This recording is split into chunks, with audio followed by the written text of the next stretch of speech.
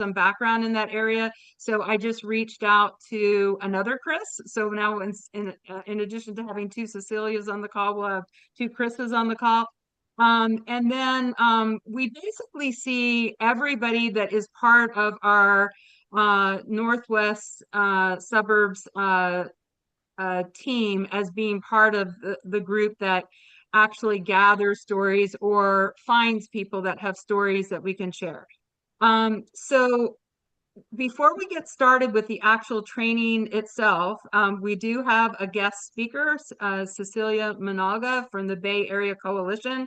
I'll give you a little bit of background about her in a minute, but what I want to do next is just move on to the next slide, just to update everybody on kind of where we are with the project and where we are with the initiative. So for those who were not on the last call, Marilyn Hooper who is one of our team members here in Indivisible. She coordinated during the No Kings event where they collected some of the stories that we had already started informally sharing in our group, and they decoupaged them onto tiles, like floor tiles. And the No Kings that you see spelled out there on the ground was actually made up of a compilation of stories that have been gathered from our group and other stories that Marilyn's team in Nebraska had pulled together. We also here locally in San Antonio gathered some of those stories and shared them at a protest that we had at John Cornyn, my senator's office. And then I happened to go to this it was actually a house party session that Cecilia, who's going to be presenting tonight, organized. And one of the things that was interesting in her presentation, because I think most of us in our Indivisible group know that we're really ramping up trying to get the 1 million rising gatherings and house parties pulled together so we can kind of grow the movement. But one thing that was interesting about the approach that Cecilia's Bay Area group took is that they were organizing house parties and gatherings for the purpose of connecting with people, and also a big component of her program was to have people share their stories. So I thought that was a nice blend of two different ideas for these gatherings that we're putting together. And maybe it's even a less, I know some people had some concerns about sharing the pillars approach with the 1 million rising, that framework that we were given through Leah and Ezra and their team. So maybe this would be a way of organizing your gatherings or your house parties initially before even introducing that framework, and really just having people tell their story, and how this might impact their families or themselves. So anyway, so that's the blending of the two ideas. Next slide. And I think, yeah, so and this we'll just leave you with this before we transition to the new part. This is just catching everybody up. So we Indivisible did a letter to the editor workshop. So we have that with all the links and the resources. And the other thing is we are using that Home of the Brave website for those who, before we even get our content creator, our video content creator, to upload your personal stories through that website. And then we have the letter to editor slides that another group organized, again, just some resources. And last, and this kind of aligns with the with Indivisible's messaging, advancing our values, we shared the link to that. So those, again, are just resources. And for those of you who are new to this group, just catching you up with where we're at. And we'll end the meeting with kind of what we need in terms of next steps, but I'll save that slide for the end. And now I will transition to introducing Cecilia Minalga. And hopefully I have your name right, but let me just give you, do I have it right? Okay. You do. give you a short intro for Cecilia. So, and I did ask Cecilia for a little bit of background. So just going to read this. So Cecilia is one of the class of 2016 who was terrified for our country and democracy after Trump won the election. I'm sure many in this group are right there with her. I was a little bit late to that, and I didn't get involved until the second time Trump won. But at the time, she knew nothing about politics and even had to Google who her congressman was. And I can relate to that too. She and her husband didn't know what to do, but she decided to volunteer just an hour a week to do something, such as attending town halls, writing a letter, and the Women's March. She retired from her financial career in 2019. In 2020, she worked for the California Democratic Party as the 2020 coordinated campaign director. And in 21, she led the paid phone banks team for Newsom's Stop the Recall campaign. And after that, she officially retired from her paid work and now is a full-time volunteer, I think, maybe even more than full-time volunteer. And this is, I think, is very, very interesting as we're talking more and more about coalition building. So she co-founded the Bay Area Coalition in 2021, which is a coalition of 70 organizations founded to harness the power of the Bay Area and California activists through canvassing, phone banking, and now house parties. In her extra time, she's the KDEM, did I say that right? Yep. Organizing Committee co-chair, founding member of the California Grassroots Alliance, volunteer chair for the Contra Costa Democrats, and has spent many hours canvassing in the California Central Valley.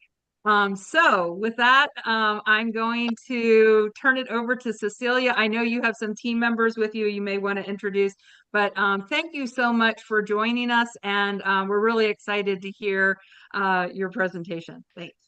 Thank you very much, Chris. And I am delighted to be here. I'm just amazed. There's 71 people on this call, so fabulous.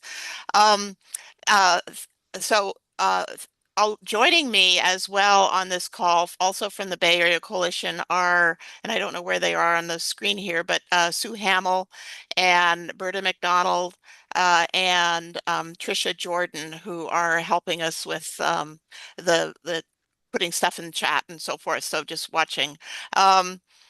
But yes, we co-founded the Bay Area Coalition, and really for the purpose of, as Chris mentioned, of harnessing Bay Area activism around California. And even though the presentation I'm going to give today, even though we are the Bay Area Coalition, the information is really intended for anyone nationwide. And I was just noticing where people are from is really all over the country. So let me just, let me share my screen here. Okay. Hopefully everyone can see that okay. So the goal of our workshop today is really to learn how to host a house party, as Chris was mentioning, and that includes planning your house party, learning the story of self, sharing those stories, making the ask to get commitments for actions from your guests as a result of the house party, and then following up. So I know that Sue just dropped into chat a toolkit that we have for house parties. And all of the materials we're discussing today are in the toolkit. Plus, you'll notice that some of the tools there are in Spanish if that is your preferred language. By the way, as we start this conversation about house parties, it's always okay to be nervous or hesitant with your first house party.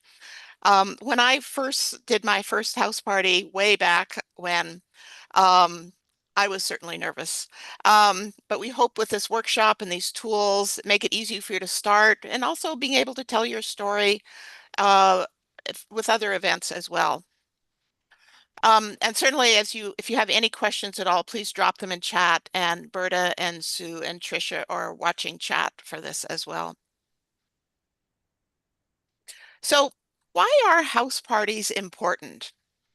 Yes, canvassing or door knocks, phone banks, postcards, organizing apps, text banks, rallies. Those are all really important tools, and I don't want to take anything away from any of those. But in 2025-26, we need to do something more and different to win, and that is house parties. And with house parties, our goal is really to rebuild trust in our local communities. Um, telling those stories. I was just really resonated with me when I was reading some of the notes from your materials that you sent out earlier, that those personal stories, those house party conversations can really move hearts and minds in a way that facts and policies cannot. Um, and I was reminded when I was actually reading an article from Jason Crow, he's from Colorado Congressional District, and he said, once you build a relationship, then you can actually have those tough discussions. And that's all from rebuilding that trust, talking human to human.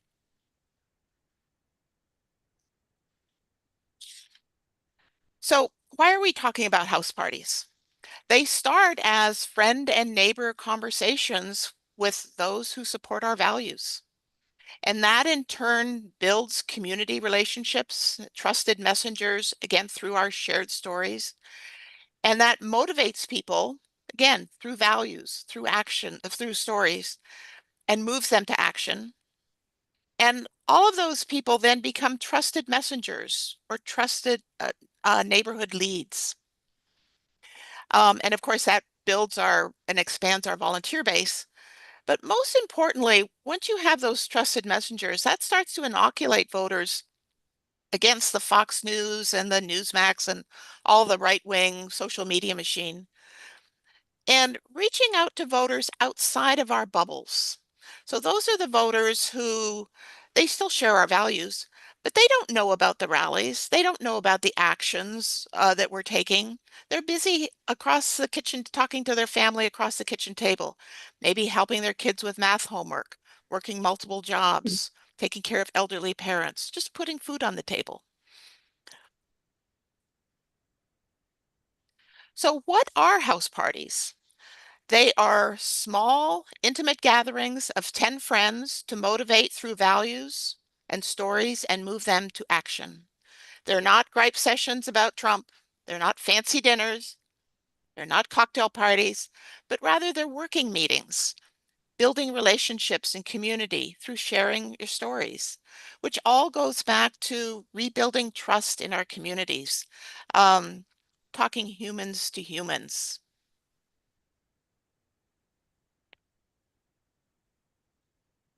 So I mentioned that these are small 10 people house parties. That allows for intimate friend and neighbor conversations.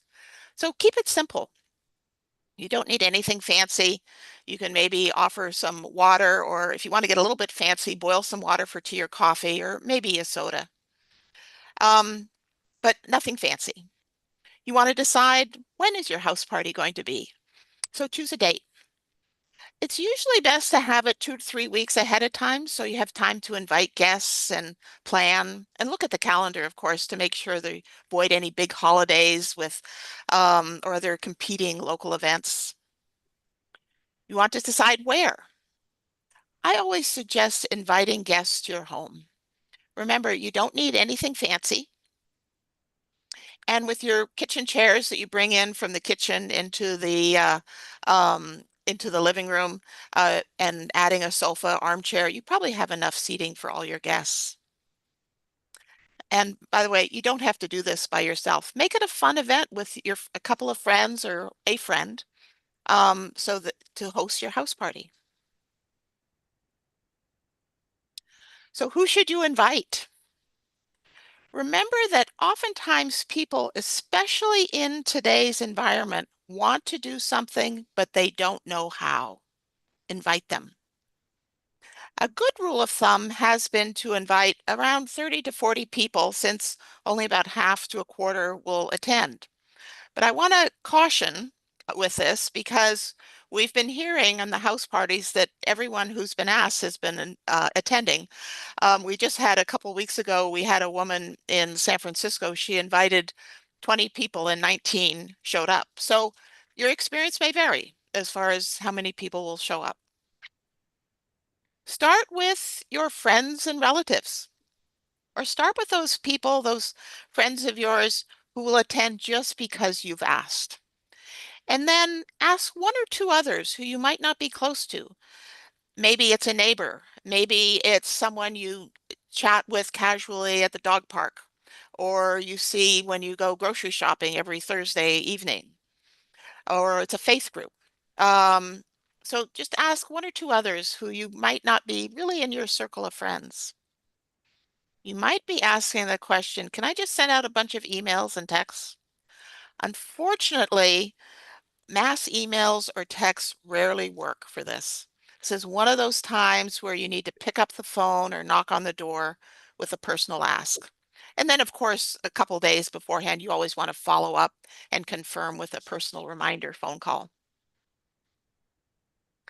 So those are some general words. But when you're going up, particularly to someone you don't really know, what do you actually say? You've got to say some words there. So I'm just going to give you sort of an example, but make the words your own. Hi, my name's Cecilia, and I live over in the next street over on Ocho Rios Place. I'd like to invite you to join a small house party at my home next Thursday. I'm really worried the prices on the in the grocery store these days are really high. I'm retired on a fixed income. Excuse me. Or use whatever issue is important to you. I wanted to gather with a small group of us to share our stories and how we can make a positive change in our small community.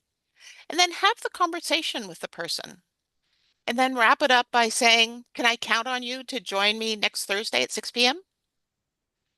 As you're having this conversation, remember to listen with your complete focus and respect. And people will listen and respond so much better after they have been heard and they feel respected. By the way, another handy phrase to use particularly if they say something you don't know exactly how to respond to, you can say, Deborah, tell me more about that. And then pause for 10 seconds. And usually they will respond and tell you more about that.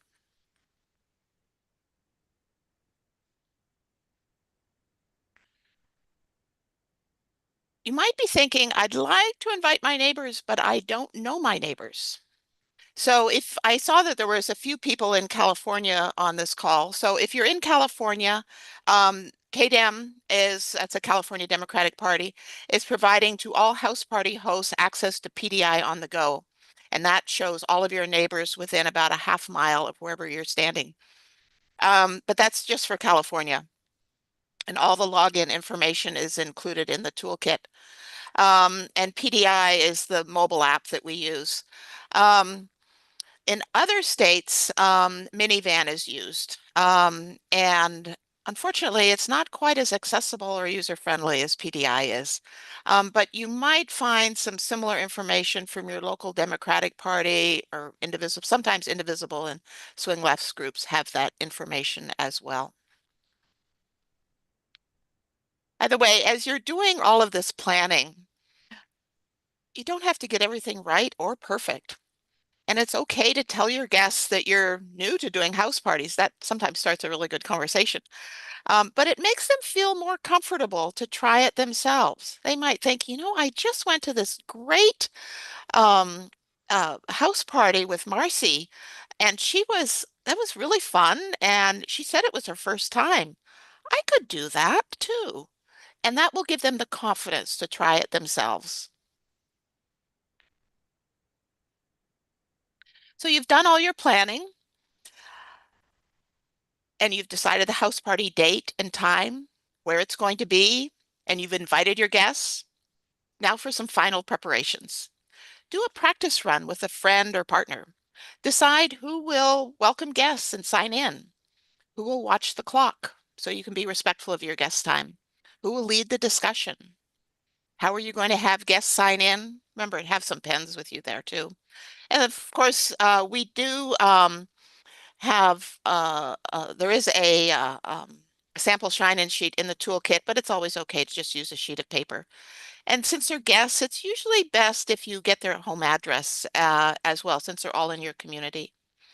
Name tags are nice, but certainly optional. How are you going to share a list of actions that guests can sign up for? We have a somewhat generic list of actions that we put in the toolkit, but you might want to find things that are more pertinent to your particular area and particularly some events that are just upcoming as well. Depending upon your state and rules about voter registration, you might want to have some voter registration forms available and finalize where you're going to have guests sit. Couch, armchair, kitchen table chairs, bench, and then what will you be offering? Water or boiling some water for coffee or tea or soda. Again, nothing fancy. So those are all some planning things, but now when you're going to talk to people for an hour at a house party, what are you going to say? So we do have a Yo, what's sample. up, everybody on YouTube? What's good? We do have Yo, a what's up, we do have a sample agenda in our toolkit that I see just dropped into chat. And again, there's also a translation into Spanish if that's helpful. But let's just go through what the agenda looks like. So the first 10 minutes, you want to welcome your guests and have them very briefly introduce themselves. It's usually a good idea always for you to model your introduction, maybe your name and where they live. Hi, my name is Cecilia. Welcome to my home. Depending upon who you have invited, it may be important to mention that this is a safe space for all. That might mean a safe space for immigrant or LGBT communities. It could also mean a safe space for voters who did not vote in 2024, or perhaps now regrettably voted for Trump in 2024. And again, as you're making the introductions, don't get distracted by the news and Trump. That'll just eat up all your time. You want to spend a couple minutes reviewing the agenda, and then spend about 5 minutes talking about story of self and share your story. I know when I first started doing house parties, I found story of self hard, but we're going to practice in just a moment. Then you want to break guests into pairs for about 10 minutes to share their stories with each other. And then the next 10 minutes asking a couple of guests, 2 or 3, to share their story, what they learned from speaking with others. And then you as the host can wrap up that section by addressing some of the common themes that you heard. Spend about 4 minutes talking about movements and organizations have stories too. And all of us have a key role in our movement and organization, sharing our values and our stories, and we are the people who can make that change happen. We have the people power, and we can bring in new people, not just the friends and neighbors we know today. Again, that's all why house parties are so important. And then about 10 minutes talking about what you are going to do. Talking about the success of our democracy literally depends on all of us reaching out to our neighbors, talking about the direction of our nation, our states, and those house parties are important. By the way, don't forget to write down who's signing up for what so you can follow up with them. And then the last 5 minutes, just questions, but keep that short. If there's any longer individual questions, you can stay after to discuss, but you always want to be respectful of your guest time. And then take a picture and thank everyone and remind them that you'll be reaching out as a follow-up. So you can see from the agenda that much of this is about the story of self. So what is that? That is motivating people through values and moving them to action. It's not debating issues or specific policies. We all have a story, some of loss, some of happiness, some of hope. And to echo some of the things that I was reading about your group here, personal stories can move hearts and minds in ways that facts and policies alone cannot. Telling your story invokes our emotions, our values in others and in the world, and our stories shape the future we want to see. So what does that mean? Why are you stepping up in 2025-26? Where do you come from? What life experiences led you to be here? What motivates you to care? So let me tell you my story of self to get started. My name is Cecilia, and this is a little bit of an echo of what Chris said a moment ago as introductions, but I will admit I was not politically active for most of my life until 2016.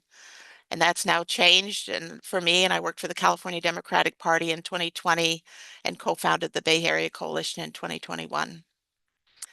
When I think of what led me to be here and the importance of us building our community, I'm reminded of a conversation I had with a Republican as I was going door to door in Reno, Nevada.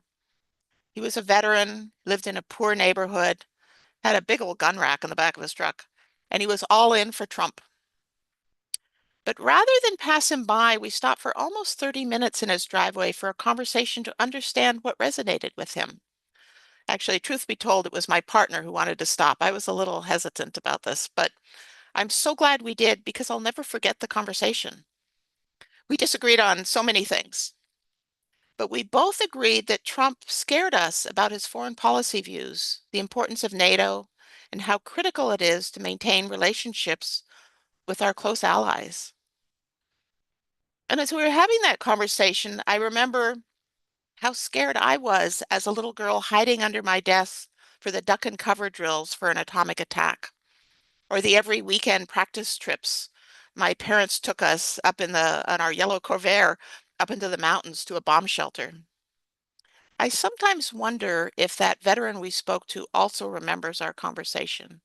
I really hope so. So now it's time for you to practice your story of self. And I think Stephanie is going to break us into pairs for about 8 minutes. And you can practice your story of self with each other. And maybe after 4 minutes into it, we'll remind you to change the person who's talking. So let's see, Stephanie, I don't know where you are on the screen, but if you I am right could, here. okay. So if you want to And I've break got, people into pairs, there might be 2 or 3 in a room, depending upon yeah. how we get everything done. Okay.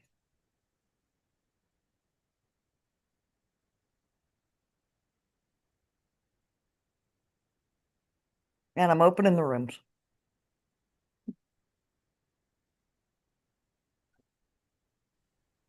And the only people I have left are hosts and co-hosts.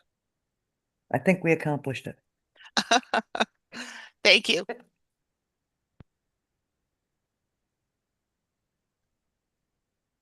I knew this was the right decision when Bill said, "Who do you want to be host?" And I said, "Not Chris." Can you even imagine being at this moment? Breakout rooms. I can't even share slides at this point. Uh-oh. Or at least not consistently. So If anybody ended up in a room by themselves, I'm just smoothing that out. I just want you guys to know. Well, Rebecca would have been fine too. Well, of I'm course. good. I'm good taking the evening yes. on the sidelines and Yeah. just keeping the We've trolls out. only been on call Yes. since 9 this morning. So yes. So Stephanie, did you do you want me to set a clock for like 4 minutes here? I have one going. Okay. And the rooms will close. So I think we're Well, actually, so after 4 minutes, can you maybe just send them a note to say, or I can send I'm a co-host. I can send a broadcast in 4 minutes. And then we'll give them another 4 minutes after that. If that's okay. So I see that they have somebody in breakout room 18 is asking for help. Does somebody want to go there? They only have one person, that's why. Okay, You I move fix them to it. another room. Okay. I fix it. Thanks. I was going So, through and so Stephanie, it's a total of 8 minutes, 4 for each participant within the breakout yeah. room. Oh. Okay. but it was Oh, I smart to see. You set it set up it for for 8 10. minutes. Well, she set it up for 10 and give them 2 minutes to figure out where they're, Yeah, you know, that's what they're perfect. about. So The first 2 minutes are always lost. Yeah. Okay, I'll just send out a broadcast about this. I think we've got 2 people in every room and everybody should be good. Thank you.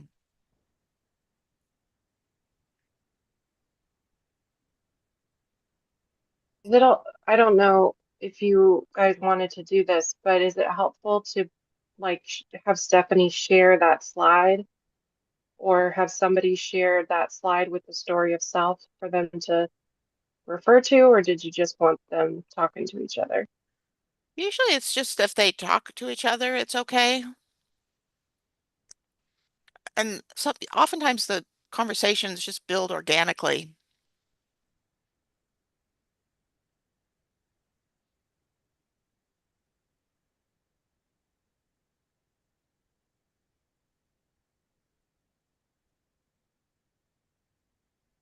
It looks like room 21 only has one person in it, Jason. Can we move him to another room? Oh wait, no, disregard. Mine wasn't scrolling all the way down. Myra is with him.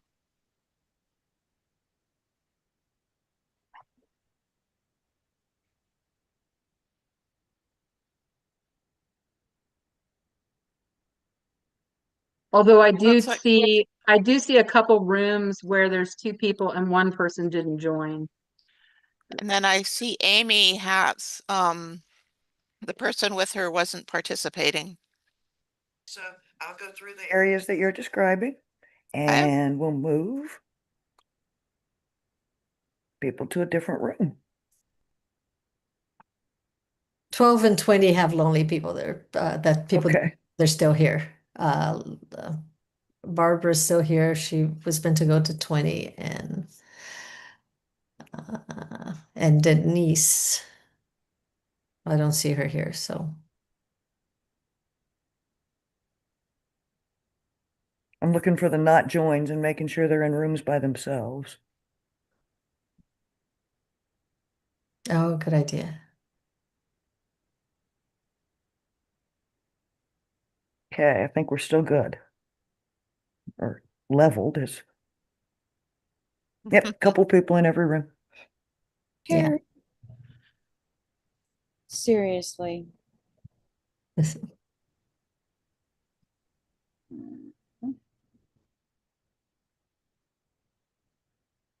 got about 2 minutes left. What do you guys have? I see about And 4.5 minutes. Ah, so we went in very early. I'm sorry. So yeah. yeah, Okay. we probably just let it run its course. We're okay Sounds on good. time, everyone, right? Yeah. Yeah, we have plenty of time.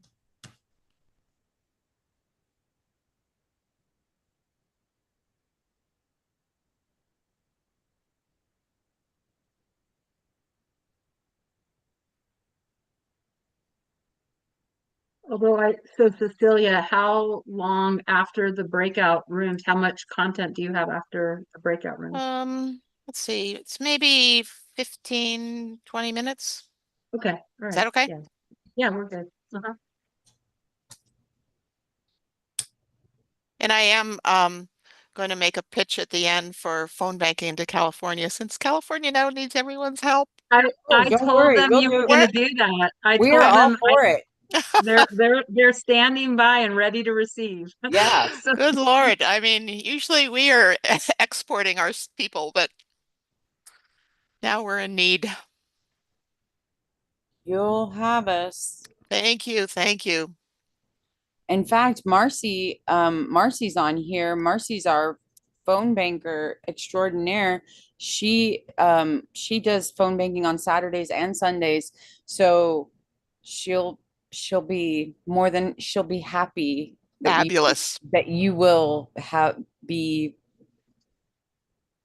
talking about phone banking. Yes. She'll be stoked. In fact, she'll be like, "You rock." I guarantee it. Yes, that is her signature. Yeah. Rock. So Yeah, we've never had to ask for help before, so but here we are. weird, isn't it? But that's the thing. You never have to ask for help, but when you need help, that's when we all should come running. Yeah. And And so, yeah, Yeah, don't worry, we'll be there. thank you. Yeah, we have 60 some days and it's going to be a race to the finish. Yeah, interestingly enough, we had a very tight mayor's race here in San Antonio where Rolando Pablos was actually expected to win in the end because Greg Abbott's team they were pouring in money. And literally I had people in our Chicago group Oh, doing phone banking for the San Antonio mayor, and we did eventually win that race. Yeah, I think it even surprised Greg Abbott. So anything that can surprise him. yeah, I Yeah. mean, because we were really outnumbered in the money game at the end. They poured some serious money in towards the very end.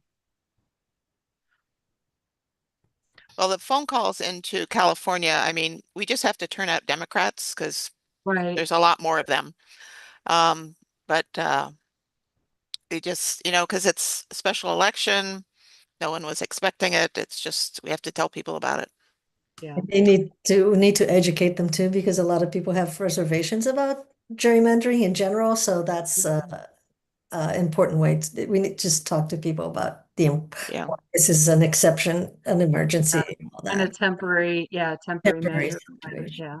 It's And absolutely temporary. so that's the bar to That we plan to make gerrymandering illegal when Yeah, that's the goal. that's Yeah. the goal. it's a goal. But we have to win first. That's right. Yeah, James Tallarico, one of our Texas state senator our representatives, has gone on TikTok and explained it very well, and Oh, actually talked about it in interviews. Oh, oh, good. he's so great. I love listening to him. Yeah, he's a good guy. I've met him a couple times. Oh, Hmm.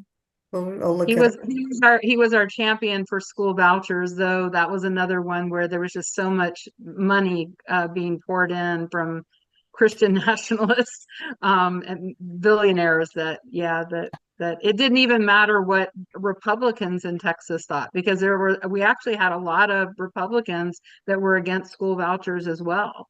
Oh, And yeah, unfortunately we didn't win Like on that one. rooms are about to close. Yep. I don't recognize that name.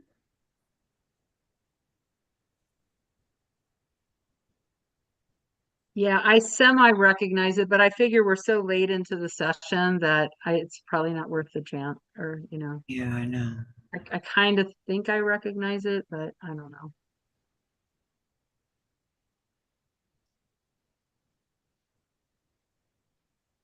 I'll just give a few moments for everyone to join back in. Looks like we have another 20 seconds.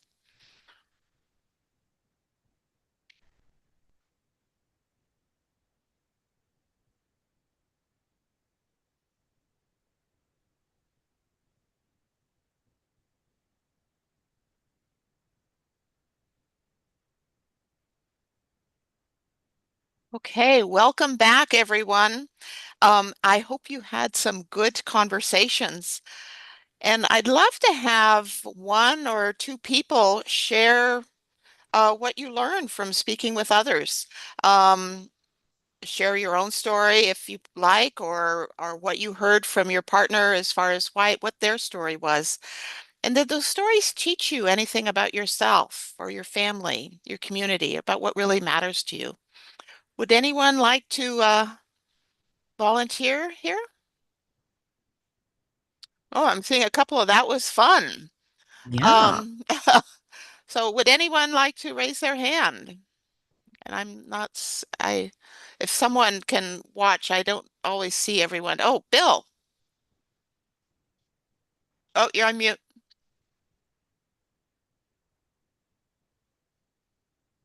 Hey, there go. Yeah, I got paired up with Cecilia, Oh, who I talked to a lot of the times, and we had a great conversation. What we found out is we both, until Barack Obama, basically were Republicans, and then most of our stories were about how we discovered Barack Obama and what led us to do phone banking and help out with voters on that. So it was really interesting, I thought. Mhm. So Yes. wait, who were you with? Cecilia, not Cecilia. I knew that. I knew that was coming. Look, That is, Danette? but that is so true that we all though share the same, we share so much, whether we actually were Republicans or now we're Jeanette. Democrats. We all share the same values and Yeah. sort of what we want with our families and so forth. So So isn't that true? I was with Danette, There not you go. Cecilia, Okay. Danette. Okay. Um, and then I see actually another person. Yes, Obama. And let's see, I see next on my screen, Marcy. Oh, you're on mute. Yeah. I think Carolyn is before me. She was Oh, before. sorry, Carolyn. Sorry. So I learned that my partner, that her family was political and involved and stuff. And I learned, I thought that was nice because my parents, they would complain about stuff, but they never did any work for the party. And I wasn't very interested. And then I was like, I got into born again Christian like in the 90s, or yeah, it was in 90 up until like 2006. I was like heavily into it. And so what, I didn't consider myself either a Democrat or a Republican because I just thought it doesn't matter if what you vote. And Mhm. then I voted for George W. Bush because of the abortion issue. And my brother and my sister both tried to talk to me about why that wasn't a good idea and tell me, but I just had a vote for George W. Bush. And then when Barack Obama came, I was supported him. And I don't know if I supported I think I supported his political views, but mostly I just was excited that there was a black man running. And Mhm.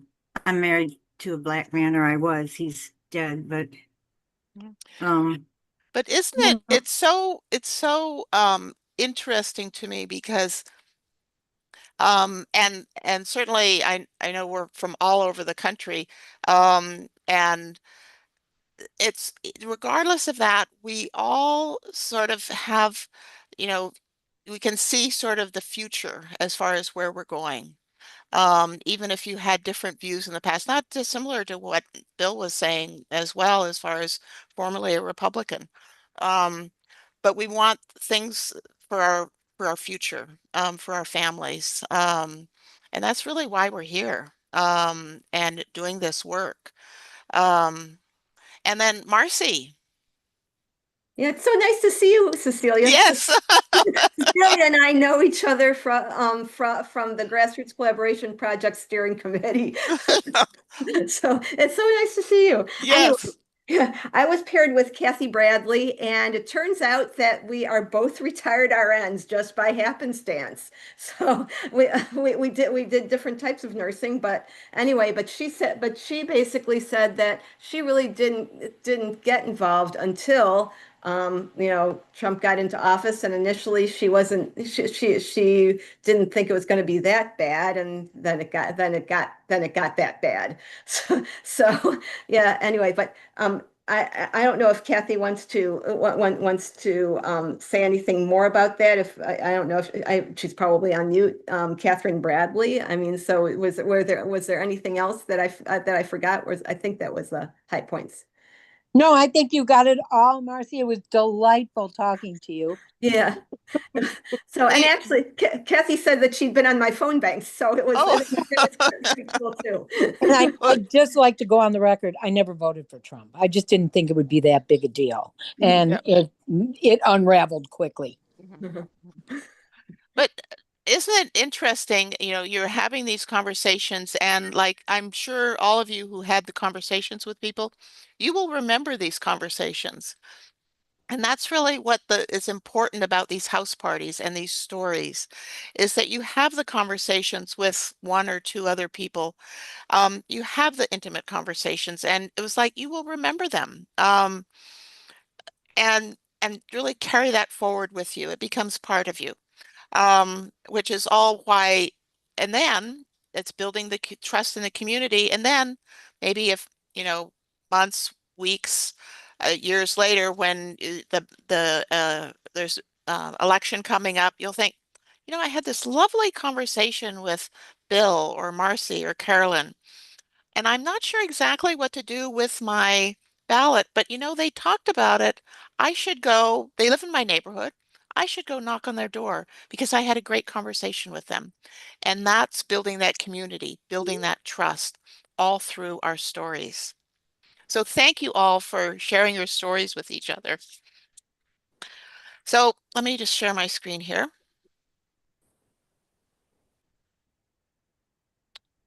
Okay. So after the story of self, it's important to talk about what they're going to do about it, making the hard ask. And it's important to get that commitment from the attendees, especially to host their own house parties. So ask your guests what they will do in the next 2 to 3 weeks. You can share how easy and fun it was to set up your own house party. Explain you hope several of your guests will agree to be hosts and hold their own party in the next couple of weeks. Ask 1 or 2 guests who seem most enthusiastic if they would like to host their own party. By the way, it's always okay to have a plant in the audience. And then continue to ask guests individually to commit to hosting a house party. Don't wait for someone to volunteer. You go around the room and say, you know, Catherine, sounded like you had a good time tonight. You know, it'd be great if you could host your own house party. And Catherine will say, yeah, I could do that. Let's plan that together. And then after you've asked for a house party host, then review the rest of the actions that you have. By the way, remember to write down who's doing what so you can follow up. And then after the house party, what's your follow-up? Of course, if you would love to, we'd love to see pictures if you have house party pictures. And then also, if you have, depending upon your comfort with social media, everyone has a different view of that. You can always post them on social media as well. Depending upon your state and the voter registration rules, if you had any new completed voter registration forms, remember to mail those in right away. And send a personal thank you to all your guests with a group picture. Everyone likes pictures. And follow up with any guests who want to do their own house party and help get them started. We do have workshops just like the one I'm giving with you right now, every Monday, national ones at 5 p.m. That's Pacific time, so that's what, 8 p.m. Eastern time. And then we also have California focused ones, if anyone is on the from California, at 7 p.m. And that is every single Monday. And I think Sue will probably drop a link in that into chat. And then, of course, follow up with any guests who are doing other actions. By the way, you don't have to do just one house party. You can do many. So plan your next one. We have a So question yes. from Sarah. So why don't, actually, Sarah, can you maybe hold on just a moment and we'll maybe open it up for questions just in a little bit, if that's okay. Apologies. So just to to remember that make your house party your own. I know Indivisible is, I think they're calling them community gatherings. Other people are calling them coffee clatches. I mean, they can call them really anything. And every house party is different. It's not just story of self. So yours may have a specific focus, whether it's an action or candidate, local issue. But just remember the basics. You want to invite your guests and have them show up. You want to plan your agenda, including time for guests to interact. Keep it simple. have actions available for your guests, and then help your guests follow through on their actions. And then for building local community with house party teams, that's sort of the next step. We've heard a number of examples of people who've gathered together with their house party and they suddenly realize their group of 10, hey, we really are getting along together. We should continue to do something as a group, and have either more house parties or other actions, and they become like a little club, or a little group. Or you might want to join together with other house party hosts, as far as, building relationships with your fellow hosts, that they can share ideas that worked, local actions that have a big community impact. Again, all of this as a way of being part of something bigger in your community and expanding that goal of rebuilding trust in our local communities. And now I'm going to make a pitch for California, because California now needs your help. You may have heard that we need to pass yes on Proposition 50 on November 4th, and that puts power into the hands of the California voters to approve our congressional district maps. The maps will expire in 2030, but it ensures our voices aren't silenced by the Republican gerrymandering in other states, starting with Texas. We do have phone banks that you can call from, of course, anywhere in the country. And I think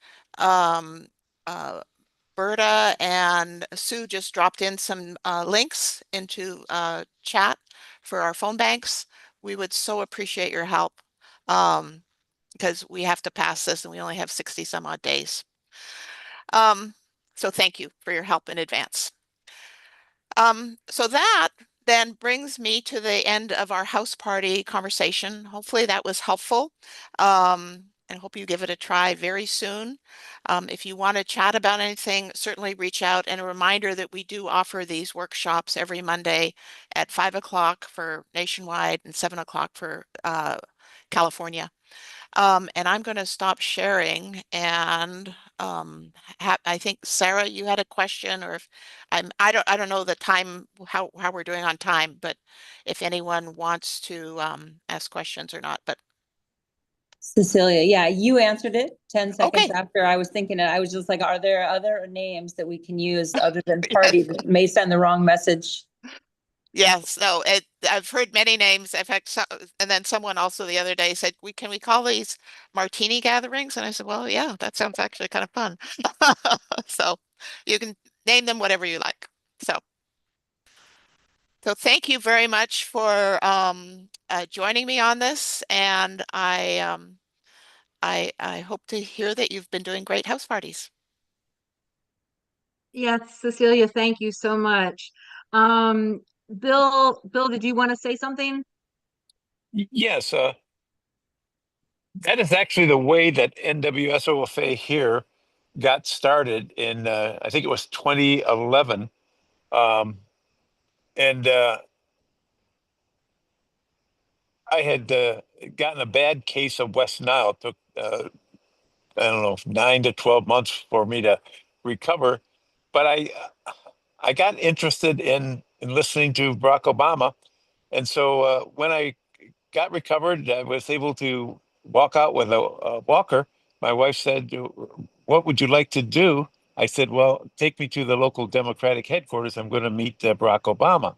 Well, I was very confused. Barack Obama wasn't there, but it was phone banking. And about 4 months later, Barack Obama won, and we had 17 of us that had been making these calls every Tuesdays and Thursdays, but we never knew each other's names. So we decided we'd have lunch together at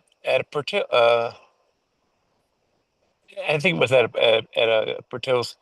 And as we sat down, we realized we all had some things in common. And so we decided we'd start a group. And that was 17, and now we're at 9,600. And it just developed from there, as a team, friends becoming acquaintances. We had common things. And as you were going through the steps, I was thinking, wow, that is exactly how we got started.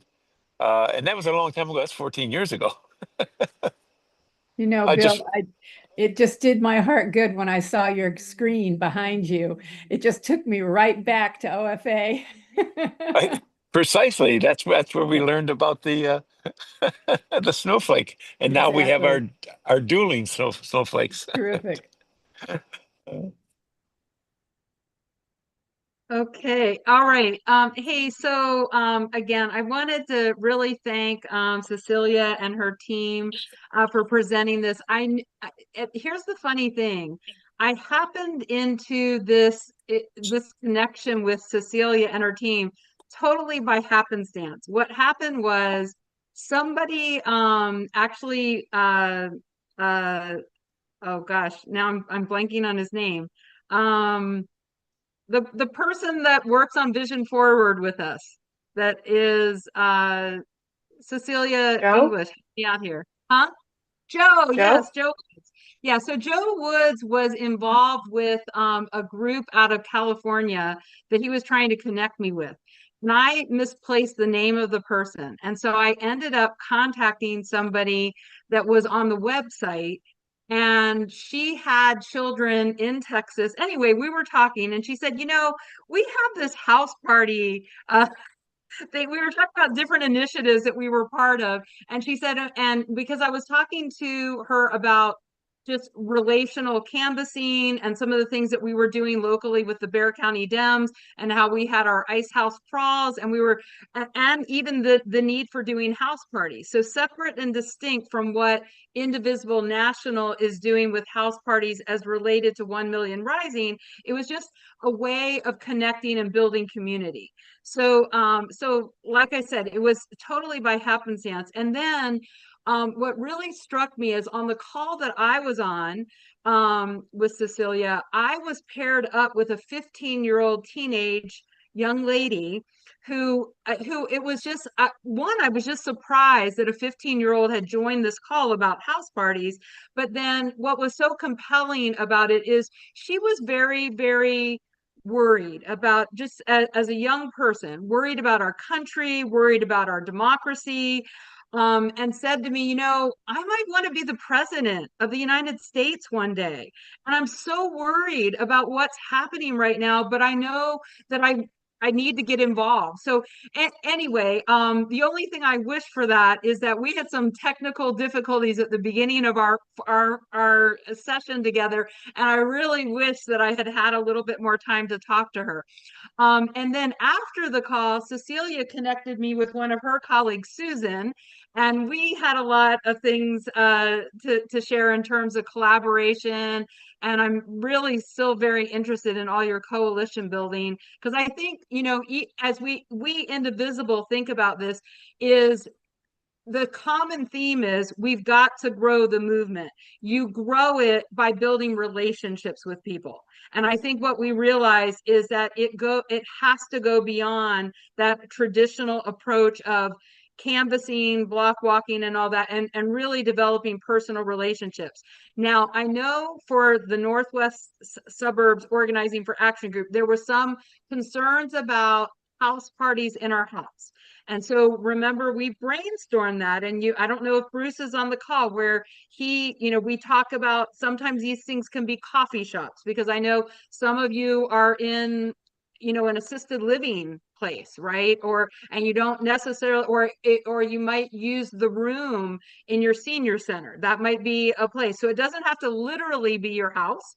It could be your coffee house, you know, but some place where a group of friends or neighbors can gather. So I just want to kind of leave you with that as well. So again, thank you, Cecilia and team. I'm going to transition now back to our sharing our stories, the very last slide, where we're going to talk about next steps in action, just to remind everybody where we are with this particular project. So we are gathering people who can be writers and editors of stories, or video content creators And of course, we will continue on this session. We won't, because we had a speaker, but we will continue using these sessions to share stories, collect them, gather them, and then amplify them. So we're still looking for team leads for some of those other teams other than the one that Constance is leading. Although I do know that we got a volunteer that potentially could help with the video content portion.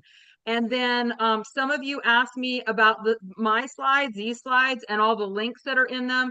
Rebecca converted that into a PDF, and it's in the chat. So you'll be able to pick it up out of the chat. Rebecca, I can't see everybody on the screen, but is it there? Is it okay?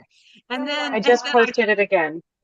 Okay, super. And then I just wanted to share this story about Marilyn Hooper, who's part of our a part of our coffee and conversation group. So Marilyn is the one that I showed you all the picture of the No Kings thing that you could see from an aerial view. They actually had a drone that shot that.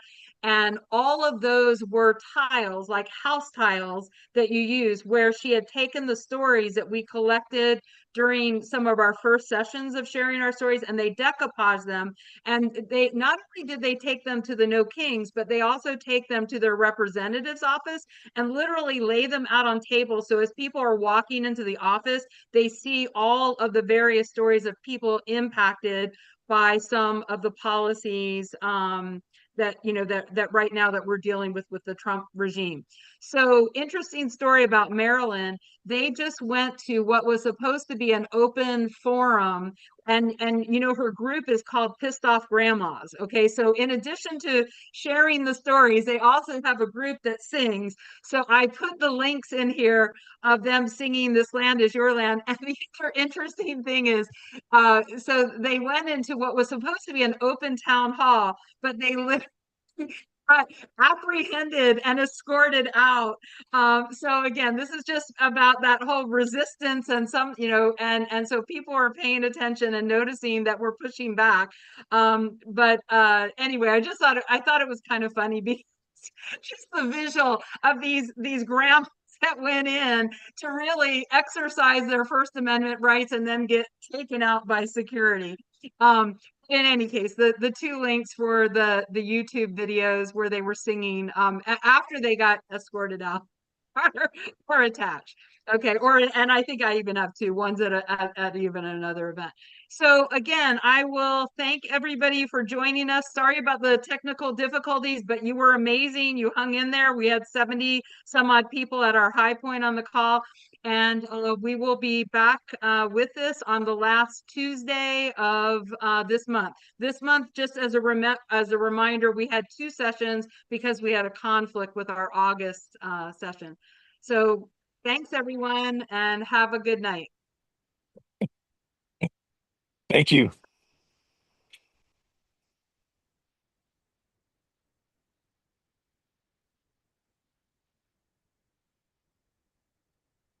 Since I'm the host, I hung around to make sure that nobody needed anything from me before I ended the meeting for everybody. We all good? Bill, yeah, did we save the chat? I am just about to do that. Okay.